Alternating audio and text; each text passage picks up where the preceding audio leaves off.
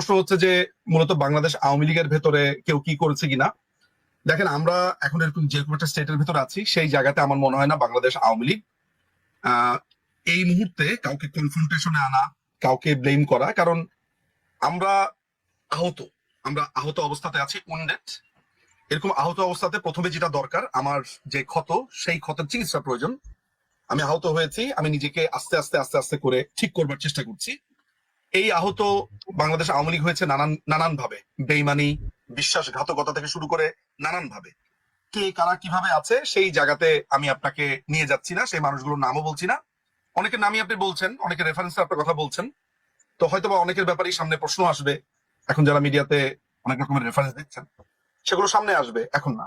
আমি আপনাকে কয়েকটা ডট মেলাতে বলি, একটু ঠান্ডা মাথাতে আজকের এই কথাগুলো একটু শুনবেন, এটা গুরুত্বপূর্ণ। প্রথম কথা হচ্ছে, 2018 সালে যেই কোটার সমস্যাটা শেষ হয়ে গেছে, এটা 2021 সালে যেই ছেলেটি রিড করলো, সেই ছেলেটি কে? ওহিদুল ইসলাম তুষার। আচ্ছা, 2021 সালে সে রিডটা করলো, 21, 22, 23, 24, 3 বছর, 3.5 বছর, 4 বছর কোনো সারা শব্দ নাই সেই রিটের। 23শে জুন যখন ওয়াকার, জঙ্গি সর্দার ওয়াকার যখন সেনাবাহিনীর প্রধান হলো, তার পরের দিন রায়টা দিতে হলো কেন? যে রায় দিল জাস্টিস আপনার খিজির হায়াত খান এবং কামরুল কাদের, তারা কারা? তারা কি সাম্প্রতিক সময় আমেরিকাতে গেছিল, বা আমেরিকান কোন প্রোগ্রামে তারা অ্যাটেন্ড করেছিল? তাহলে কয়টা ক্যারেক্টারের কথা বললাম? ওহিদুল ইসলাম তুষার, সে রিড করেছে। কেন করেছে রিডটা? সে জানে যে সরকার নিজে পরিপত্র জারি করেছে। সরকারের একটা পলিসিকে চ্যালেঞ্জ করতে পারে কারা? 1 নাম্বার। 2 নাম্বার হচ্ছে বিচারপতি কারা যারা রায় দিয়েছে, 2 নাম্বার।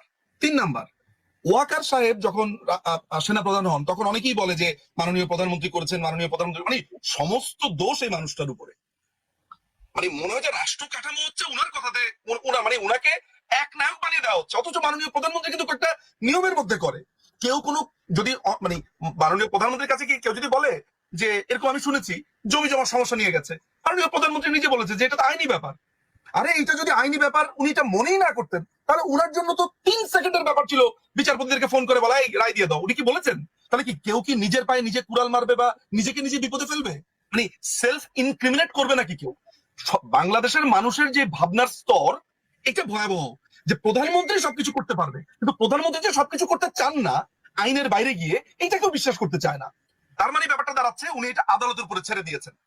উনি যদি আদালতের উপরে ছেড়ে না দিয়ে উনি যদি প্রভাব খাটাতেন, তাহলে একটা প্রমাণ এর মধ্যে একটু দিয়ে রাখা ভালো। 1999-এ এই মাননীয় প্রধানমন্ত্রী প্রধানমন্ত্রী থাকা অবস্থাতে তার বিরুদ্ধে কন্টেম্পট অফ কোর্টের কিন্তু অভিযোগ দায়ের করেছে। তার মানে কি, উনি যদি প্রভাব খাটাতেন তাহলে ওই লোক কোনোদিন এই পিটিশনটা দায়ের করতে পারতো? আমি প্রমাণটা করছি এই কারণে যে মাননীয় প্রধানমন্ত্রী অল দ্য টাইম আইনের প্রতি শ্রদ্ধাশীল ছিলেন। আচ্ছা, এই যে আইনের প্রতি শ্রদ্ধাশীল এত বড় আমি বয়ানটা দিলাম, কেন দিলাম? এই কারণে দিলাম যে ওয়াকার যখন 23শে জুন তিনি আপনার সেনা প্রধান হয়, নাকি ডিজিএফআই রিপোর্ট আছে, নাকি এনএসআই রিপোর্ট আছে, বিভিন্ন গোয়েন্দা সংস্থার রিপোর্ট আছে, এগুলো কি আমরা বিবেচনা করেছি? তাহলে এই ওয়াকারকে একেবারে এমন একটা পজিশনে কারা আনলো রিপোর্ট টিপোর্ট দিয়ে যে সে হচ্ছে সবচেয়ে যোগ্য? আমাদের মনে হয় এইটাও ভাবার দরকার আছে। আচ্ছা, ফলে মাননীয় প্রধানমন্ত্রীর উপরে দায় চাপানোর কোনো কারণ নেই। একটা কি দায় চাপানো হয়? উনার হচ্ছে কি উনার কাজিনের হাজবেন্ড। মানে এটা তো খুবই সহজ। আপনি আমাকে একটা ঘুষি দিবেন, ঘুষি দেওয়ার জন্য আপনাকে একটা পয়েন্ট লাগবে না? এই নিজুম ভাইয়ের মতো দেখতে ওই লোকটা, তার মানে ওর কাজিন মনে হয়, দিয়ে একটা ঘুষি। ব্যাপারটা ওইরকম। আসলে ব্যাপারটা এরকম না। এখন আপনাকে তাহলে কি কি বললাম, কারা রিড করলো, সেই ওহিদুল আলম তুষার কে, তার ব্যাংক অ্যাকাউন্ট কি চেক করা হয়েছে, সে কেন রিড করা হলো, 3 বছর পরে এই রিডটা ঠিক 24শে জুন কেন আদালতে উঠলো, এটা কি আমরা চেক করেছি? এই কামরুল কাদের, খিজির হায়াত, এই হাইকোর্টের 2 বিচারপতি কারা? এদের আমেরিকান কানেকশন কি আছে? আমরা কি সেটা দেখেছি? আচ্ছা, এগুলো গেল একটা। এরপর আমি আপনাকে আরেকটা, এইটার সাথে সাথে আমি আপনাকে আরেকটা ছবি দেখাই। ধরা যাক সুলতান আপা, আমি আপনাকে একটা অ্যাটাক করবো, নিজুম মজুমদার, আমি আপনাকে এখন অ্যাটাক করবো, আপনি এখন স্টুডিওতে আছেন নিউ ইয়র্কে, কিন্তু কেউ যাতে কোনোভাবে না বোঝে অ্যাটাকটা আমি করেছি। আমি আরিফ জেবতিক ভাইকে করলাম কি, রাস্তার মোড়ে রাখলাম একটা অস্ত্র নিয়ে, তার সাথে আরো 4টা টিম রাখলাম। এখন আমি আপনার সাথে এমন একটা আচরণ করলাম, এমন একটা পরিস্থিতি তৈরি করলাম, আপনি ঘুরে ঘুরে আরিফ জেবতিক ভাইয়ের ওই লেনে গিয়েই দাঁড়ালেন। আরিফ জেবতিক ভাই যে আরো 4জন লোককে ঠিক করেছে, আবার বাম দিকে ঘুরে ওই লেনেই গেলেন। তার মানে আমি একটা ক্ষেত্র তৈরি করেছি এই সেনাবাহিনী এই এই লাইনে নিয়ে আসার জন্য। কারণ আওয়ামী লীগের অনেক সিনিয়র লিডাররা, নাম বলবো না, নাম বললে এখনো নাম বলার সময় আসেনি, সিনিয়র লিডাররা আপনার রাস্তাতে আওয়ামী লীগের নেতা কর্মীদেরকে নামাতে চেয়েছিল। কেন? সমাবেশের জন্য, মিছিলের জন্য। কারা এইখানে বাধা দিয়েছিল? আমাকে সেই নামগুলো জানতে হবে। আপনাকে এইটাও জানতে হবে যে আমরা সেনাবাহিনীকে কেন, যখন বিএনপি আন্দোলন করলো ইলেকশনের আগে, তখন ওরা যখন একটা সমাবেশের ডাক দেয়, আমরাও তো একটা সমাবেশের ডাক দিই। মানুষজন বললো না যে আমরা বিএনপি কে নকল করি, এই করি? কেন সেই স্ট্র্যাটেজিটা নেওয়া ছিল জানেন? যাতে তারা বসে যেতে না পারে। এটি তো ছিল আমাদের ব্যাপারটা। তাহলে একই স্ট্র্যাটেজি কেন আমরা ওই 5ই অগস্টের আগে নিতে পারলাম না? কারণ 21 তারিখের মধ্যে ওই বৈষম্য বিরোধী ওরা নিশ্চিত হয়ে গিয়েছিল যে দে ফেইলড। এই 21 থেকে 30 তারিখ পর্যন্ত কি হয়েছিল? এই সময়টাতে ঠিক কোন কোন লোক, দরবেশ বলেন আর ফকির সন্ন্যাসী বলেন, কারা আমাদেরকে নামতে দিল না রাস্তায়? কাদের পরে দাড়ি কেটে ফেলতে হলো? কারা আমেরিকান এমবিসিতে 5 তারিখের পর পর আশ্রয় নিল? আমেরিকান এমবিসি কাদেরকে ধরে আবার ডিজিএফআই এর কাছে দিল?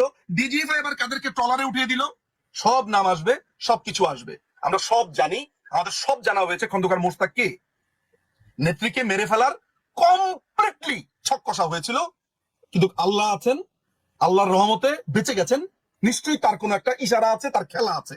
তা না হলে উনাকে হত্যার ছকে, দুই বোনকে হত্যার ছকে বেঁচে যাবেন কেন? আচ্ছা, সেই প্রসঙ্গে এই যে আমি আপনাদেরকে পুরো স্টোরিটা এখন বললাম, স্টোরিটা মাথায় রাখবেন। তার মানে পুরো জিনিসটা হচ্ছে একদম লাইন। ইলেকশনের পর পর আপনি কি কখনো শুনেছেন? আমি শুনেছি, আরে 8 মাসের ভিতরেই সরকার শেষ, 7 মাসের ভিতরেই সরকার শেষ, ওই তারিখের ভিতরেই সরকার শেষ। শুনেন নাই? আমি শুনেছি, আমি নিজে শুনেছি কানে অনেকবার। এই যে বিএনপির ছাত্রী লেভেলের একটা কর্মীও, বা জামাতের একটা ছাত্রী লেভেলের কর্মী, মানে একদম সিনিয়র লেভেল না, ছোট বাচ্চা পোলাপান, তারাও বা এই জিনিসটা পৌঁছে গেল কেন? কারণ তারা জানে সেনাপ্রধান কাদের, তারা জানে সেনাপ্রধানকে তারা ক্যাপচার করেছে। কিন্তু আমাদের ডিজিএফআই কি করলো? ডিজিএফআই, আমাদের এনএসআই কি করেছে? কে ছিল এনএসআই চিফ? এসব সমস্ত প্রশ্ন ডিজিএফআই হয়তো ট্রাই করেছে, হ্যাঁ করেছে। আমি আমি মনে করি না যে সবাইকে বলি পাঠা বাড়ানোর প্রয়োজন, কিন্তু ডিজিএফআই এর ভেতরে এমন কোন জুনিয়র লেভেলের কর্মকর্তা ছিল কিনা যারা লিক করেছে নানান ধরনের ঘটনা? ডিজিএফআই তো অনেকগুলো শাখা আছে, 14টার মতো শাখা আছে, পলিটিক্যাল ব্যুরো আছে, তাদের আপনার অ্যান্টি টেরর ব্যুরো আছে। এইসব জায়গাতে কারা বসেছিল? ছোট ছোট পকেট জায়গাগুলোতে লেফটেন্যান্ট কর্নেল, মেজর, ক্যাপ্টেন, কারা কারা ছিল? কার এডিসি কে, কার পিএস কে, কে কে তথ্যগুলো পাচার করতো? এগুলোও মনে হয় আমাদের তদন্ত করতে হবে। ভবিষ্যতে প্রত্যেকেই কাঠগড়াতে দাঁড়াবে। যত দরবেশ সন্ন্যাসী আছে, দরবেশ সন্ন্যাসীর আত্মীয় স্বজন, ভাগ্নি জামাই, এই জামাই সেই জামাই, সবাইকেই কাঠগড়াতে দাঁড়াতে হবে, উত্তর দিতে হবে যে আওয়ামী লীগের নেতাকর্মী, ছাত্রলীগের নেতাকর্মী, যুবলীগের নেতাকর্মীদেরকে বের হওয়ার জন্য কে বাধা দিয়েছিল? এক সম্রাট ভাই, নিখিল ভাই, নাসিম ভাই, নানক ভাই এনাফ ছিল ঢাকা শহরের জন্য, এনাফ। এক সম্রাট ভাই যদি ঠিকভাবে নামতে পারতো, বা ময়মনসিংহের বাবেল ভাই যদি নামতে পারতো, আমাদের শান্ত ভাই, মহিতুর রহমান শান্ত, এই 5টা লোক নামতে পারলে, একটা সাইড দিয়ে আপনার জাহাঙ্গীর ভাইকে যদি আপনি তিনি নামতে পারতেন, একটা লোকের সাহস থাকতো এই ঢাকাতে গ্যাঞ্জাম করার? এই বাবেল ভাই, জাহাঙ্গীর ভাই, নানক ভাই, নাসিম ভাই, তারপরে হচ্ছে নিখিল ভাই, তারপরে এদেরকে কে আটকালো? হুইজ যাত্রাবাড়ির এমপি কে, কে তাদেরকে কাজ করেছে বলেন? নামতে পারে নাই কেন? এইসব সমস্ত প্রশ্নের জবাব দিতে হবে যে আজকে ছাত্রলীগের ছেলেরা আজকে অনাহারে কাটাচ্ছে, পালিয়ে বেড়াচ্ছে, যুবলীগের ছেলেরা আজকে কাটছে। সমস্ত কিছু জবাব দিতে হবে যে আমাদের নেতাকর্মীদেরকে এই অবস্থাতে কারা আনলো, কারা ছাত্রলীগের ছেলেপেলেদের কাছে বললো যে এরা সন্ত্রাসী, এই করলো, অথচ ছাত্রলীগের আগে সবার আগে অ্যাটাক হয়েছে। সুতরাং প্রত্যেকটা জবাব আমরা আওয়ামী লীগের সমর্থকরা চাইবো।